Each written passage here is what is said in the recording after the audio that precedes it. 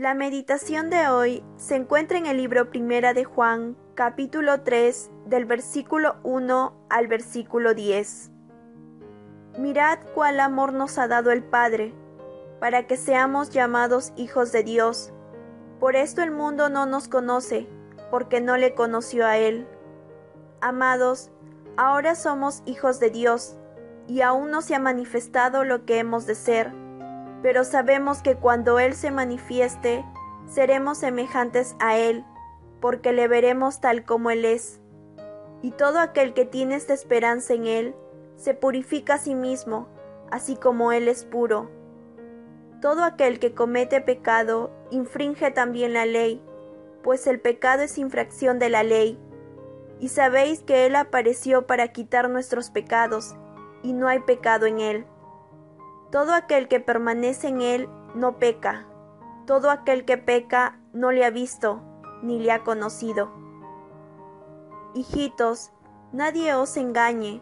El que hace justicia es justo, como Él es justo.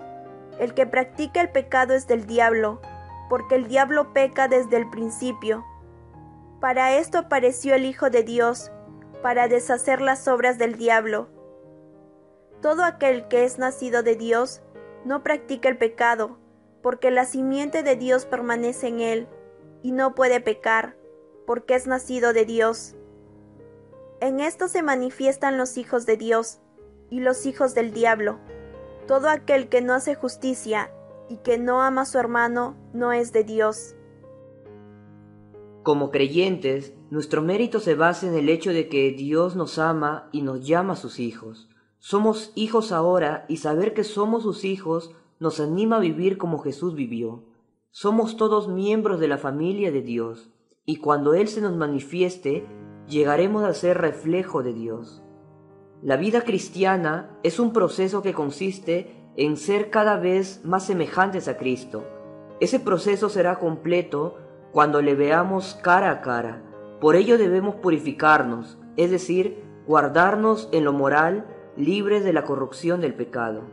Hay una diferencia entre cometer un pecado y permanecer en pecado. Aún los creyentes más fieles a veces cometen pecados, pero no aman un pecado en particular ni deciden cometerlo.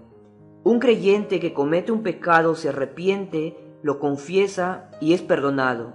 Una persona que permanece en pecado, por el contrario, no siente preocupación por lo que hace. Por lo tanto, nunca confiesa y nunca recibe perdón. Aquella persona está en contra de Dios sin importar cuán religiosa diga ser. Bajo el sistema expiatorio del Antiguo Testamento, se ofrecía un cordero sin defecto como sacrificio por el pecado.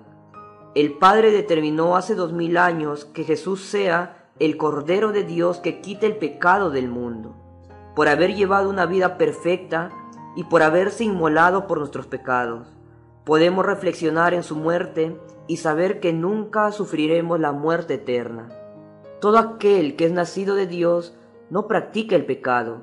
Significa que los verdaderos creyentes no hacen del pecar una práctica ni se vuelven indiferentes a la moral de Dios. Todos los creyentes todavía pecan, pero se esfuerzan por ganar la victoria sobre el pecado. Hemos nacido de Dios cuando el Espíritu Santo vive en nosotros y Jesucristo nos da vida nueva. Haber nacido de nuevo es más que un inicio, es un renacimiento, es recibir una nueva vida a través de la muerte de Cristo. El Espíritu Santo nos da una nueva mente y un nuevo corazón. Nuestra perspectiva cambia porque tenemos una nueva mente que se renueva día a día por el Espíritu Santo. Por lo tanto, debemos comenzar a pensar y actuar de forma distinta.